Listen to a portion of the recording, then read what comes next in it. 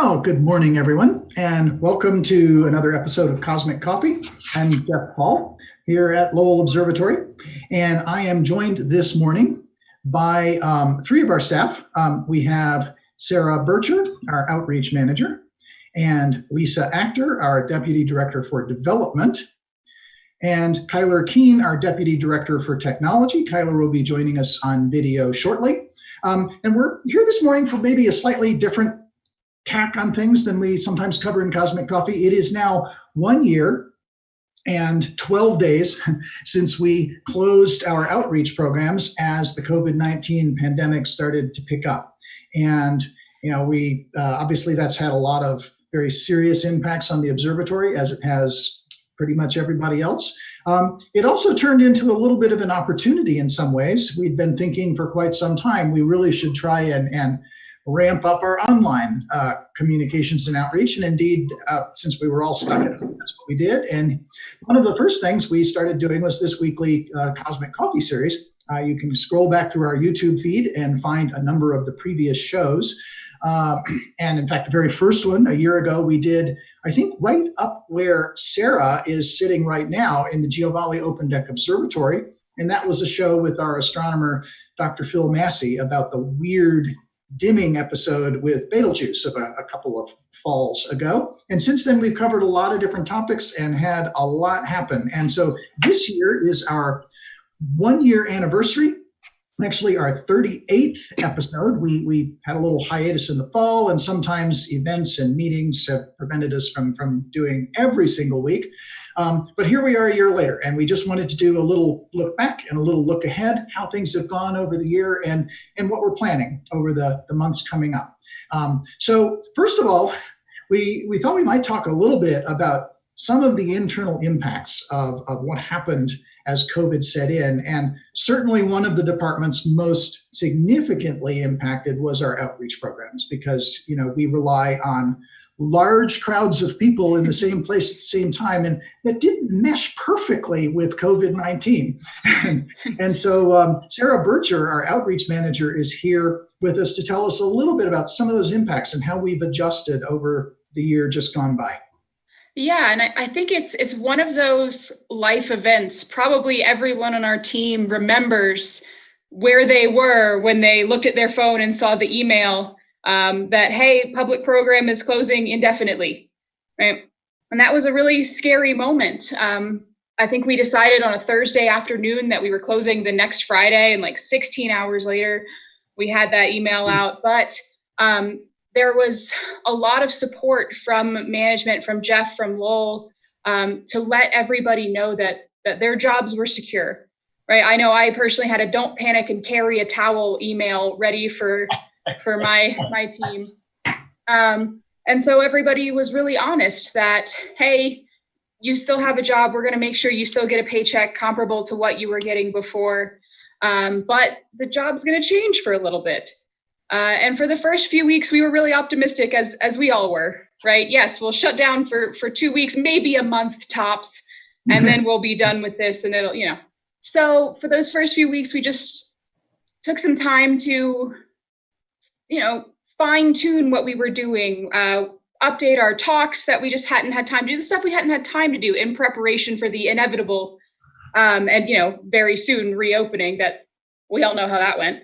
So those couple months the stay-at-home order was rough, right? Because a lot of what we wanted to do and what we wanted to do training on required us to get on campus and practice with telescopes or whatever. So we couldn't do any of that. Right. Sarah, I remember, I think it was Cosmic Coffee number 2. We did literally an hour. I think we filmed it an hour before that stay at home went in effect, because we were saying, well, now it's time to just go sit at home. Yeah.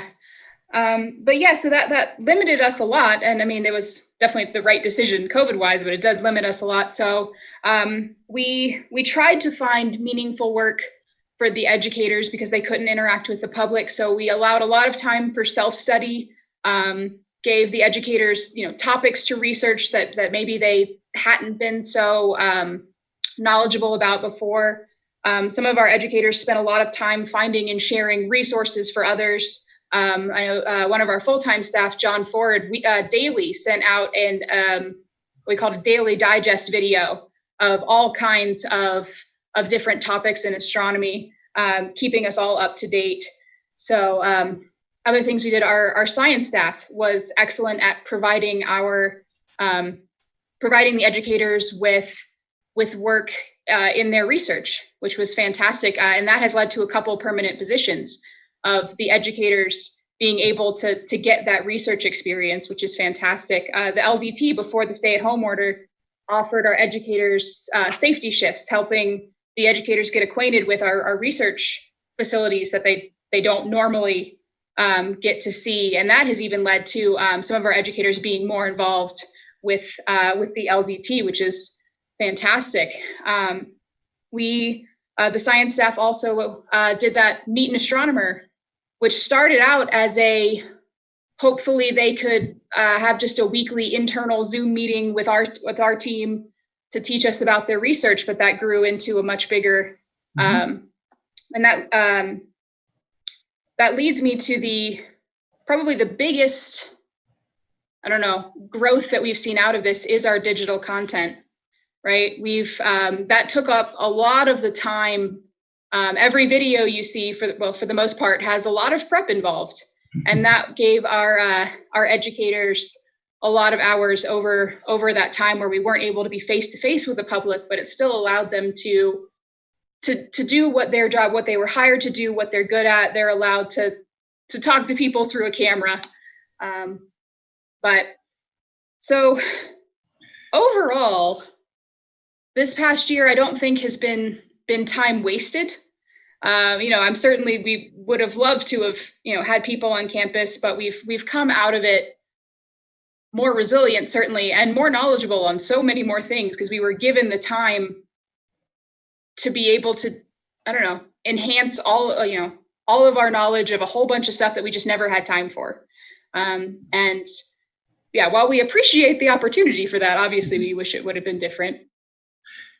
Yep, it certainly has been an opportunity, and obviously sort of getting an opportunity the hard way, with a world pandemic.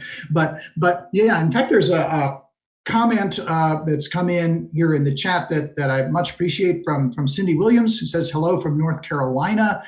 Didn't know about all these online programs until the past 6 months or so, but I've learned so much, and I hope you continue at least some of these when we move to the new normal. So I'll say thanks very much, Cindy. Glad you're finding this useful. And absolutely, we do intend to continue these. And we'll come back to Sarah a little bit later about how we're planning to move forward as we start reopening. And, one effect of the whole mess here has been to get us thinking in different ways. And in looking for opportunities, we've created some new kinds of programming, both for in-person as well as online, because there's a lot of folks who aren't going to be able to make it to Mars Hill, even in the absence of a world crisis. And we really enjoy connecting and communicating, and we'll continue doing so.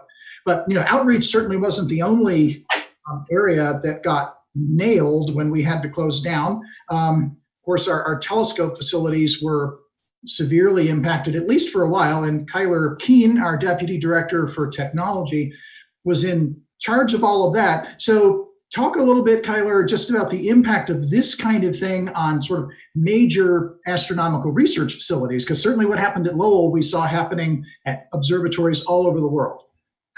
Oh, yeah. I don't think there was a major telescope that was unaffected. A lot of them had their astronomers come to the telescopes to do the observing with the telescope staff themselves.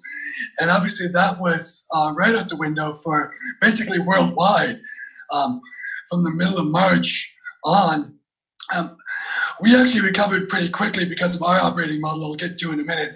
But there were other telescopes that weren't operating until very, very late in 2020. Maybe they were down for like 6 months, things like that. So it was a really significant effect.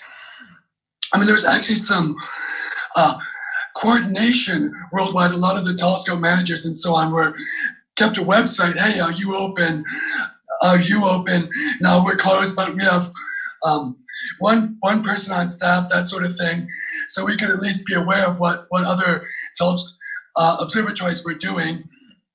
Whether that was just sort of sharing best practices, hey, here's a way we found to open a limited capacity, or if there was some major astronomical event, we all wanted to know who was open, who could look at that supernova or whatever.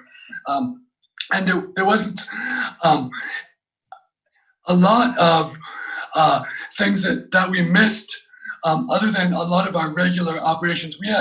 We scheduled the telescope basically 365 nights a year, whether that's for our astronomers or for our engineers to do testing.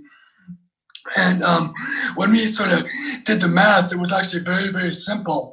How many cases do we have now? What's the doubling time? And so the chance we're going to get someone with COVID through our doors approaches 100% in a couple of weeks from when we did this. And that was that affected both, as we already talked about, the public programs and the telescope operations. We shut down towards the end of March, and then we managed to figure out pretty quickly that some of our smaller telescopes have a single operator anyway. So they're there on their own. There's nobody coming in during the daytime to spread the virus around. They're okay. They can continue to operate. So our small telescope bounced back basically immediately. Our larger facilities, it was a bit harder with with 5 or 6 daytime staff and multiple nighttime staff. We had to figure out how to keep people physically separate, but also when your telescope facility is out in the middle of nowhere, if somebody gets injured, you don't want them there by themselves. So there were sort of competing safety interests that we had to consider. And eventually we came up with a policy of having our main operator in the Lowell Discovery Telescope control room and a safety backup either elsewhere in the building or across the street at our astronomers lodge. Of course, none of the astronomers could come to the telescope anyway. Fortunately, we had been working on remote observing for them for some time anyway, and that just kicked into high gear when we told them, sorry, you can't come in person. We were able to switch that pretty smoothly. It was what to do with our staff, how to keep them both safe from coronavirus and any significant accidents, because they're working with a multi-ton instrument that's very, very high precision. It's like trying to drive a container ship through the Suez Canal, in some sense. It's very precise, and it can be it's an industrial site basically. So you need to make sure that they're not falling. They're not susceptible to the high voltage electronics and stuff like that. So we had to make sure that there was somebody else there, because ambulance from Flagstaff's an hour away at best. So once we sorted that out, having the primary person in the telescope control room by themselves, and then the safety backup somewhere else. And as Sarah mentioned, that was the public program staff really helped us out in that regard. We didn't have the safety backup position before this. We created it in sort of basically pretty rapid fashion, and we needed people to fill that. And it just so happened that our public program staff were available.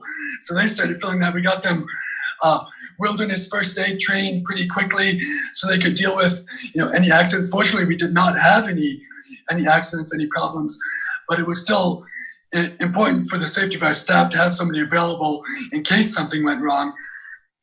So once we got that policy in place, we were down for maybe 6 weeks, and then we were back up.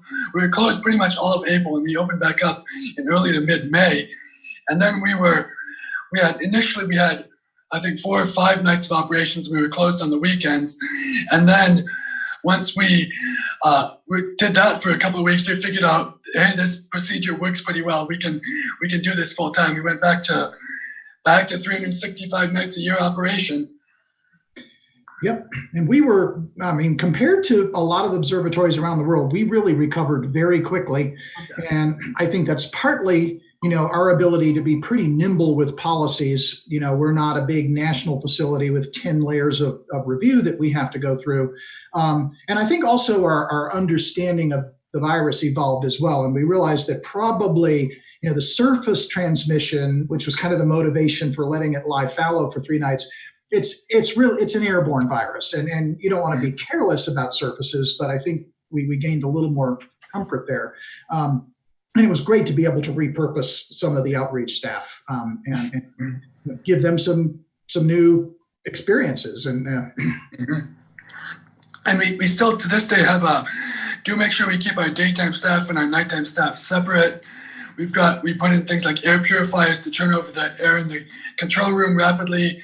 So if our daytime engineering staff are working in there, they can leave, and by the time the telescope operator shows up for the night, there's basically minimal concern about any overlap of their aerosolized particles.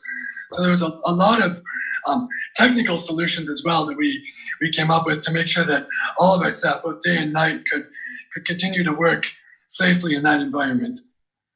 Great. Well, yeah, and I certainly think you and the tech staff all did a great job responding and recovering pretty quickly. It's very helpful, of course, that the astronomers can observe remotely because, obviously our astronomers could, but all of our partner institutions, NAU is local here in Flagstaff, but Maryland and Ohio and Boston, they couldn't exactly get on planes. And so being able to observe remotely was good. And then in general, I think, the faculty and scientific staff adjusted quite well to working from home. A lot of astronomy is done just through your computer anyway, and you can do that from home as well as from the office. That said, this pandemic is going to create a lasting transformation, as I think you've read about many workplaces, in how even the science of professional astronomy is done.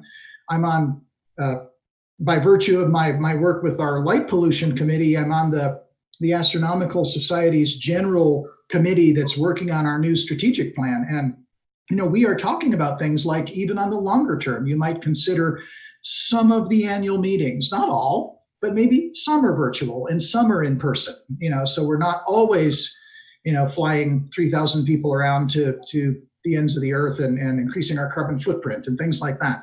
So there will be lasting impacts. And so then, we have a whole different arm of the observatory, which of course is our philanthropic arm. We are a nonprofit 501c3. We rely critically on support from our many friends and supporters and donors. Lisa Actor is in charge of that sort of whole wing of the operation. And, one of the things, in fact, I think Lisa and I, we are so looking forward to it. We're finally getting to the point where we can think about getting back on the road. We'll talk about that towards the end of the show.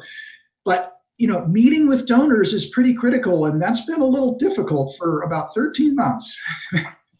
I think you have some slides to share, Lisa. I do, but I want to start with a shout out to Kyler's, some members of Kyler's team who actually upgraded our phone system last year in the January.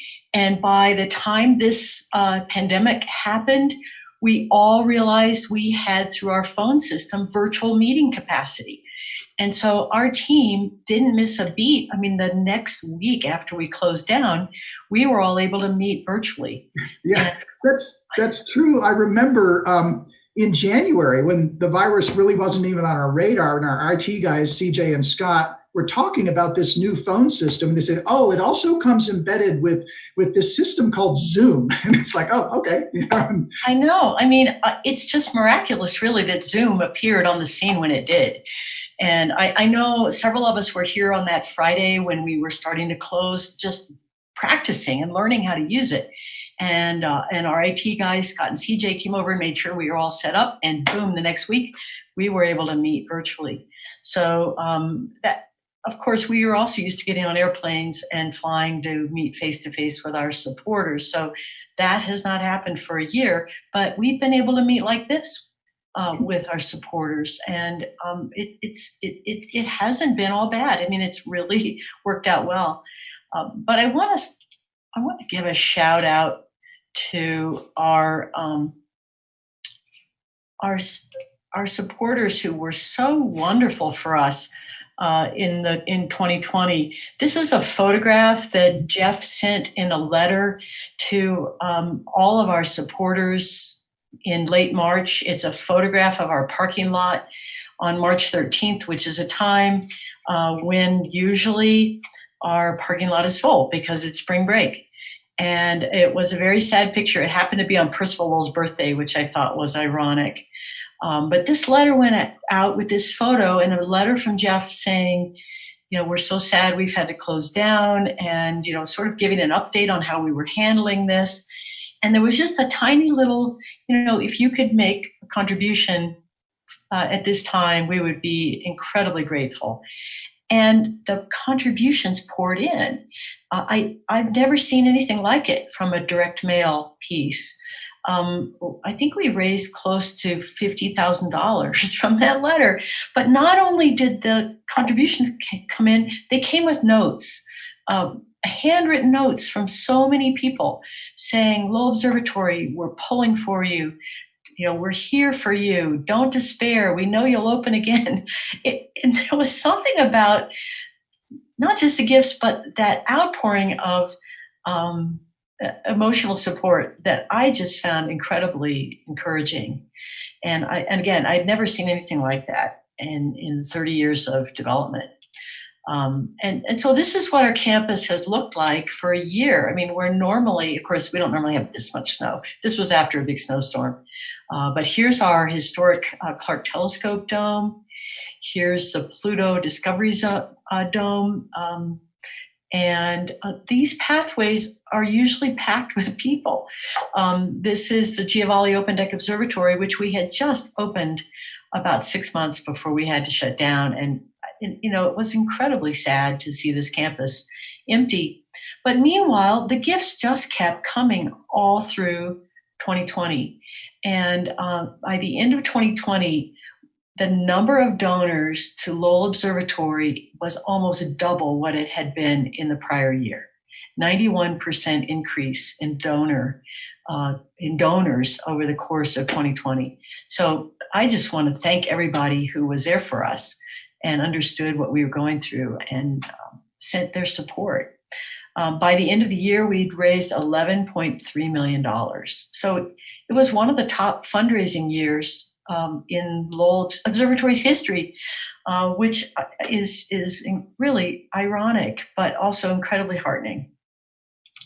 One of the projects that we spent a lot of time working on, both with our team and with members of Sarah's team, was a planning that we're deep in the middle of for the Kemper and Ethel Marley Foundation Astronomy Discovery Center. This will be a new visitor center that we hope will open in about 2 to 2.5 years. And we've raised 80% of the funding for it already, thanks to so many generous donors. I just thought I'd show a few images of it. This is actually the Joe Orr Origins Gallery. We just received a really wonderful gift to name this central hub of the Astronomy Discovery Center. Up here is what we're calling the Diverse Universe Wall, and I'll get back to that in a little bit. But these are the entries to a variety of places that will be open to the public. And there'll be a Mayan Astronomy Gallery with lots of hands-on activities and experiential learning opportunities for everybody, for people of all ages, and then a special gallery just for children to learn some of the basics of math and science with hands-on and really fun interactive activities. We're planning an immersive theater with a 30-foot high screen and that wraps practically completely around the audience. We'll be able to take visitors into the cosmos in this theater. And on the rooftop, the Richard F. Karras Dark Sky Planetarium, where the dark skies of northern Arizona are actually the planetarium dome. So we'll be open to the dark sky and have an auxiliary screen for showing the objects that we're seeing with our naked eye up there. And this, as I mentioned, this has been very popular this in the course of this year. This Diverse Universe Wall includes bios of astronomers, many who have overcome difficulties to pursue their career in astronomy or planetary science. And there are 70 of these, and about 40 of them are sponsored already. So almost half, well, about 35. Many of them are women scientists. More than half of the bios are of women scientists. So anybody watching, if you want to have a little piece of the action in this facility, you can go to lowell.edu/donate and look up the Astronomy Discovery Center, and you'll find ways that you can help us make this happen and finish this project. So that's my story. Yeah, thanks, Lisa. I really like that diverse universe wall. I mean, we really want, when we ask people to come up with a mental image of an astronomer, you don't want the default to just be, a white male in a lab coat or something. There are some really interesting stories, and our Deputy Director for Science, Michael West, compiled all those. And I know it was a lot of work, but I think he enjoyed, looking at just the broad range of people from all over the world and from current times way back into the past who have contributed to our understanding of our cosmos.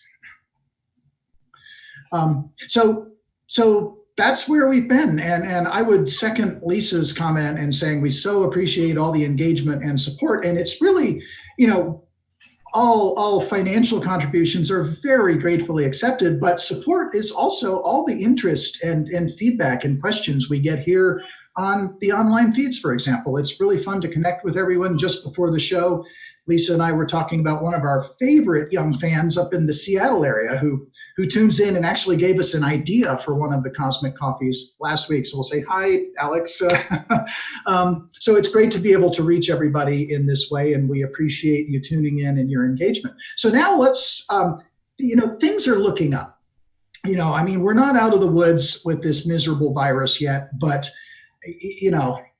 we're getting vaccinated. I'm going to be fully armed here very, very shortly, as Lisa is, and we're really looking forward to start getting things back open. And we kind of started doing that, Sarah, last fall. And as with the online programs, this phased reopening has forced us to think in different ways and create some new things we hadn't done before. Yeah, so I'll just start by giving kind of a brief recap of the reopening process. So the first phase of this was what we called premium access, where basically guests got to rent our telescope facilities and our educators for 75 to 90 minutes. And those have been overwhelmingly well received. People love that, and I attribute that to our fancy facilities, yes, but just the educators' knowledge and professionalism and enthusiasm, especially right at the beginning. They were so excited to be able to talk to another person again and to be able to talk to them about space. It was heartening to see. So those premium access programs started with the Giovanni Open Deck Observatory because that is completely open air. There's no walls to worry about. The wind blows across, and the air is completely refreshed every couple seconds. So that's pretty safe. And then we expanded as our understanding of the virus evolved. We expanded to our new Dyer telescope facility, which is a 24-inch plane wave in the old McAllister Dome, and also our Clark telescope, which, by the way, turns 125 this year. So be on the lookout for all kinds of news about that. But so that was the way of things from August until, like 2 weeks from now. So a week from now or so. So that was how we got through the fall, the winter, early spring. And now that numbers are looking up, like Jeff was mentioning, our team was eligible for vaccinations in this county 5 or 6 weeks ago. So most of us are, if not fully vaccinated, then on our way, which is very exciting. So we're able to look forward into the next phase, which if our behind the scenes people would be so kind to put the visit link in the YouTube description or comments, that would be fantastic. So the next phase is phase 2, which is the guided tour phase. I think it has an official name, but I don't remember it. And what this is it is expanding our offerings to allow mixed groups, to allow you to just buy a couple tickets for a program of your choice. And we've expanded these programs to include a lot of visits to our historic domes. There's programs that are just an hour that just highlight the night sky, where you get telescope viewing, constellation tours. There's programs that they're about 2 hours long, that hit everything on campus we can show the public, where you get to go to the Clark, Pluto Dome, and the Giovanni Open Deck Observatory and get to experience the night sky. So there's more variety. We're also introducing some family adventures where you get to do all those things in a more kid-oriented atmosphere with some science demonstrations. So it's a big step, right? It's instead of single family cohabiting people coming to our facility, we're allowing groups to mix. And we are still going to keep the same safety requirements and CDC recommendations that we have the whole time. We're going to be planning our tours with distancing in mind, limiting indoor time to the extent possible. Masks are still going to be required for the indefinite future. So just heads up if anybody's booking a ticket, and making sure that areas are properly ventilated. We're going to be keeping all of that up throughout phase 2. Does everybody know how you keep the telescopes and eyepieces sanitized? Yes. That's a good point. I wish I didn't bring one with me. But we have these Petri dishes that we just buy, from science places, little plastic Petri dishes that we hot glued Velcro onto, which we strap over the eyepieces of the telescopes, because that gives us an optically clear surface, right? Petri dishes have to be for their line of work, I suppose, that we sanitize with a high percentage ethanol spray in between guests. So that was one of the first hurdles we had to cross to be able to do any telescope viewing, right?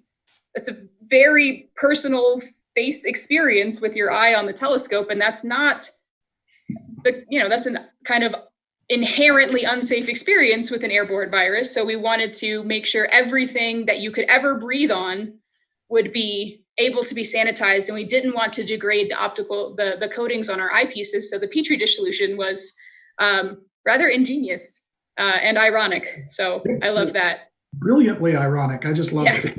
I've actually had dozens now of conversations with astronomy groups and other public observatories about that solution, and helping them get back on track as well. So awesome. So we're going to be keeping all that in place for the foreseeable future. And our next step is to add a few more tours, what we're calling phase 2B right now. Phase 2A is limited tours. We're going to have 9 per day, I believe, 8 or 9 per day.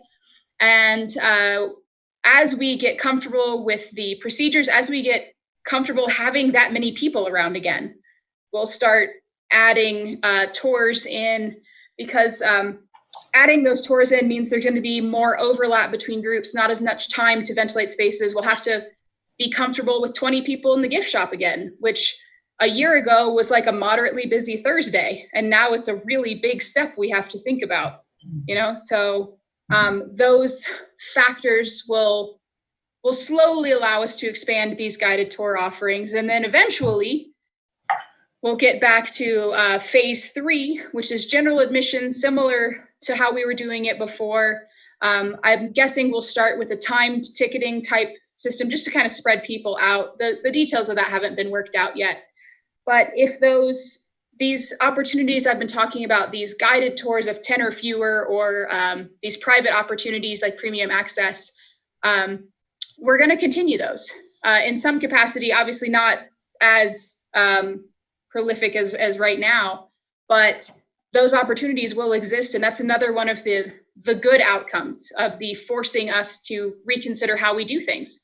Is I wouldn't have thought that any of that was possible, or at least advisable with how we ran things before. And now we see that we can do these more intimate and private experiences that we wouldn't have thought about before. Right. Yeah. So that's a program model we had never really considered. It always had just been general admission. And so then to advance, we won't get back to any level of general admission until we get to 3A. And these are sort of aligned with the CDC phases 1, 2, 3. We're generally following the CDC gating criteria. We're not following them absolutely slavishly, but pretty closely, and the ones that seem to make the most sense for our kind of operation.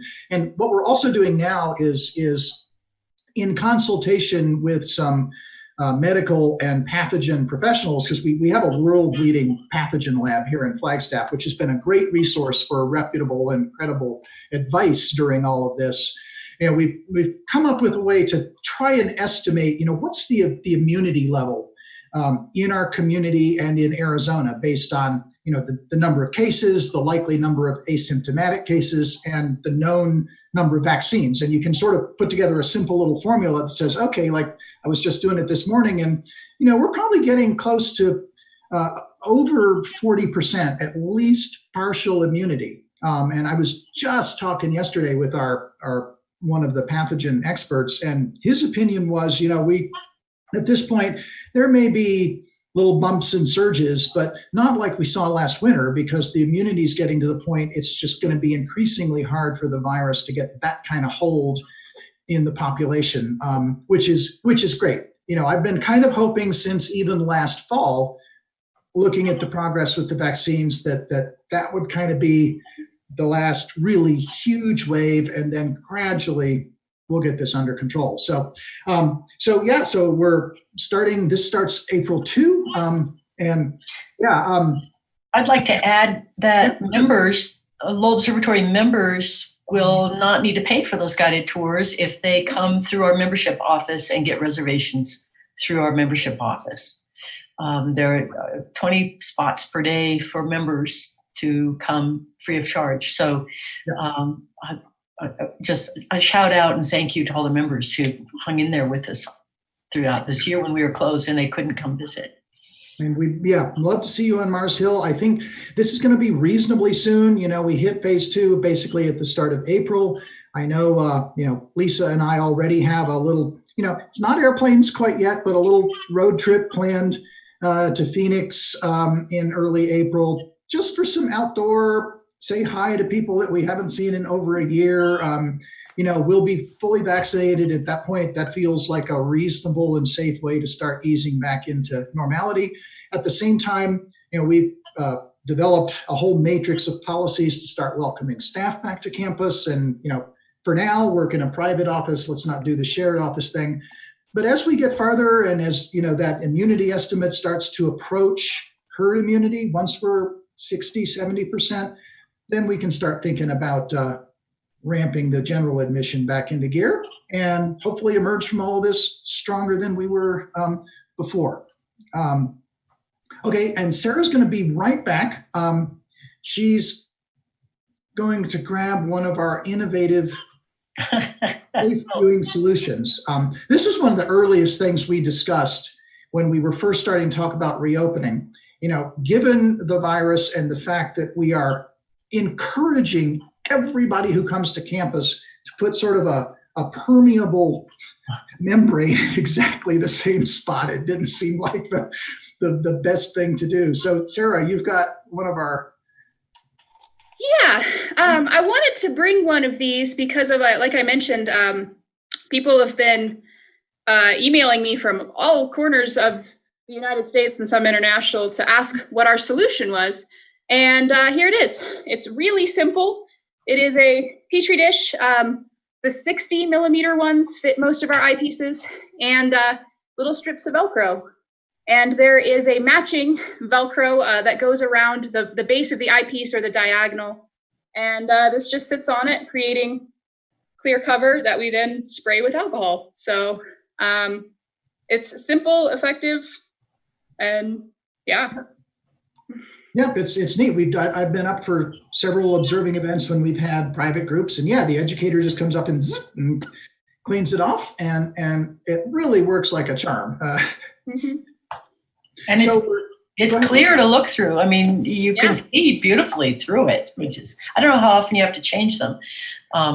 Mostly once they fall off a couple times and get scratched up, but they don't seem to have any other drawbacks. Oh, that's great.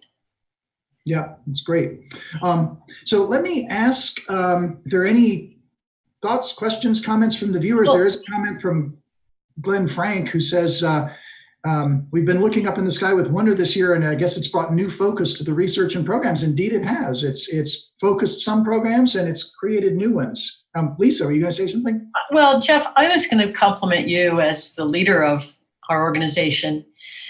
Well, I mean, I think you've just done a phenomenal job of encouraging us all,